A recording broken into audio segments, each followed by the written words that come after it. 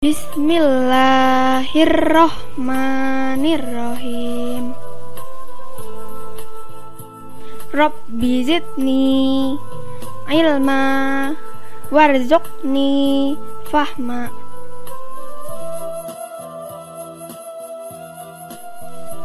Artinya, ya Allah, tambahkanlah aku ilmu dan berilah aku rezeki akan kepahaman.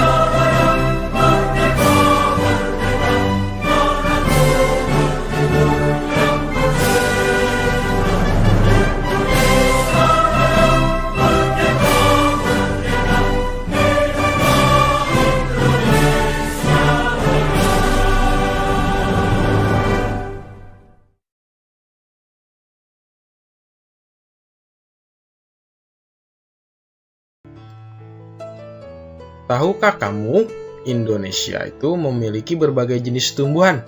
Ada berbagai jenis sayuran, buah, tanaman obat, dan tanaman hias. Tanaman hias terdiri dari berbagai jenis tanaman, berbunga maupun tanaman tidak berbunga. Tanaman hias dimanfaatkan untuk penghias taman-taman, rumah, kantor, dan tempat umum. Di gambar ini taman, rumah, kantor, dan tempat umum. Jadi lingkungannya itu apabila banyak ditanami dengan tanaman hias terlihat asri, sejuk ya. Oke. Hari ini kita akan melanjutkan bermain peran. Ceritanya berasal dari dongeng Bunga Melati yang Baik Hati. Nah, ada beberapa kelompok yang belum tampil dalam bermain peran, termasuk kelompok Dayu. Nah, pada pembelajaran sebelumnya, kita sudah mempelajari dongeng Bunga Melati yang Baik Hati. Bunga Melati sering diejek teman-temannya, tetapi Bunga Melati tidak membalasnya dan bahkan memaafkannya. Nah, anak-anak, kalian bisa menirukan dengan bermain peran bersama teman atau anggota keluarga di rumah. Ada yang jadi putri 1, putri 2, bunga sedap malam, bunga anggrek, bunga mawar biru, dan bunga melati. Bunga Melati yang Baik Hati. Di taman bunga kerajaan, tumbuh berbagai macam tanaman bunga yang bunganya sangat indah. Para putri senang sekali memandang dan menciumi bunga melati.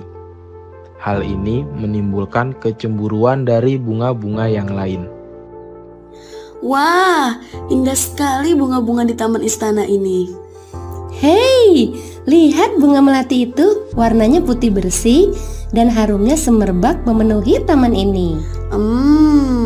Aroma melati memang harum. Aku sangat menyukainya. Aku tak habis pikir mengapa para putri suka sekali dengan dirimu. Iya, padahal dirimu bunga kecil, berdaun besar, dan berbatang keras. Walaupun kau harum, namun mudah layu jika dijadikan pajangan di pas bunga. Karena pasti akan terlihat jelek sekali jika sudah layu dipajang di sana. Bunga melati hanya diam dan tetap tersenyum. Senyumnya yang manis membuat keharuman dirinya semakin merebak. Udara di taman bunga kerajaan bertambah wangi dan bertambah banyak kumbang yang datang. Kedatangan para kumbang yang bertambah banyak membuat semua bunga di taman bunga kerajaan menjadi senang. Mereka pun sibuk menyapa para kumbang dan mempersilakan menghisap sari madu yang ada pada setiap bunganya. Para bunga tentu tidak akan bisa berbunga lagi jika tidak ada kumbang yang datang dan menghisap sari madu mereka. Bunga sedap malam dan bunga yang lainnya kini telah mengerti kenapa bunga melati sangat wangi sekali. Bunga-bunga yang lain meminta maaf kepada bunga melati atas perasaan cemburu mereka. Kini mereka mengakui bahwa keberadaan bunga melati itu justru harus disyukuri. Ternyata aroma harummu mengundang para kumbang datang. Tanpa dirimu, taman ini akan sepi dari kumbang-kumbang. Maafkan, aku Melati. Aku juga mau minta maaf, Melati. Selama ini aku iri padamu. Ternyata keberadaanmu sangat bermanfaat untuk kami. Selama ini aku juga berburuk sangka padamu, Melati. Aku minta maaf ya. Aku sudah memaafkan kalian, teman-teman. Sekarang kita bisa berteman tanpa ada prasangka buruk. Nah, bersikap baik sangat dianjurkan. Bersikap baik kita lakukan kepada manusia, tumbuhan, dan hewan. Dengan bersikap baik, kita pun akan mendapat kebahagiaan.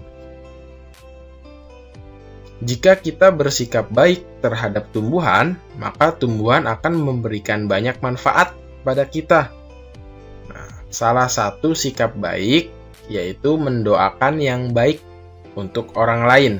Misalnya, saat Edo sakit, teman-temannya mendoakan Edo agar cepat sembuh. Nah, anak-anak, kita harus sering mengucap syukur ya dengan segala sesuatu yang telah Tuhan berikan kepada kita. Kita juga bersyukur dengan adanya teman-teman yang baik yang kita miliki, serta bersyukur juga karena telah diberikan ayah atau bunda yang hebat, yang dapat menyisihkan waktu kesibukannya dengan membimbing dan mengajari kita belajar dari rumah.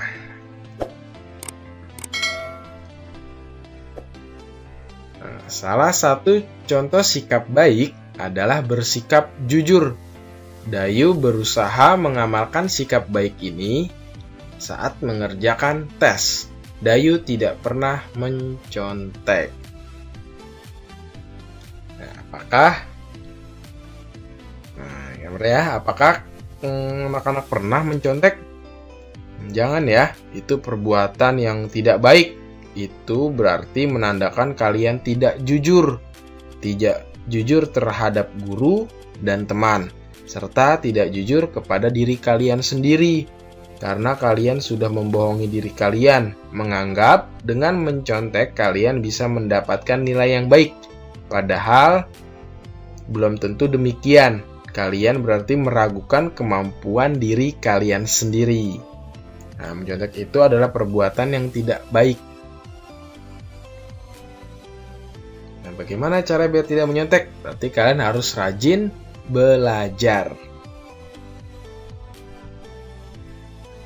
Yuk, kita mencoba praktikkan sikap jujur saat mengerjakan soal-soal berikut. Ingat ya, nanti pada saat latihan, kalian mengerjakannya dengan jujur. Dengan apa kemampuan kalian sendiri, tidak boleh mencontek. Contohnya, Dayu mengumpulkan biji kacang merah sebanyak 500 butir. Biji kacang merah ia letakkan pada kotak berwarna hijau. Siti mengumpulkan biji kacang merah sebanyak 610 butir. Ia meletakkannya pada kantong plastik. Berapakah jumlah kacang merah Dayu dan Siti? Nah, ingat, apabila dalam penjumlahan itu ada sifat namanya komutatif atau pertukaran. Oke, kita kerjakan ini dulu. Kita tulis penjumlahannya. 500 ditambah 610 sama dengan 1110. Apakah benar? Ingat ya, matematika berarti kita membutuhkan coret-coretan. Kita tulis di sini. 500 punya siapa nih? Miliknya siapa? Miliknya Dayu ya. 500 ditambah 610. Milik siapa? Miliknya Siti. Ingat, penjumlahan itu dimulai dari yang paling belakang atau satuan terlebih dahulu. 0 ditambah 0 sama dengan 0. Dan 0 ditambah 1 sama dengan 1. Dan 5 ditambah 6 sama dengan 11. Hasilnya adalah 1110. Wah, sesuai, berarti benar. Ya.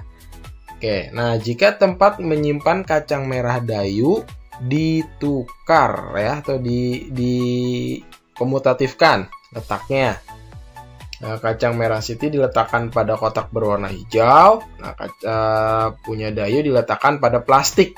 Nah, berapakah kacang merah Dayu dan Siti? Oke, kita tulis lagi. Nah, kita balik ya. Ini berarti 610-nya di depan.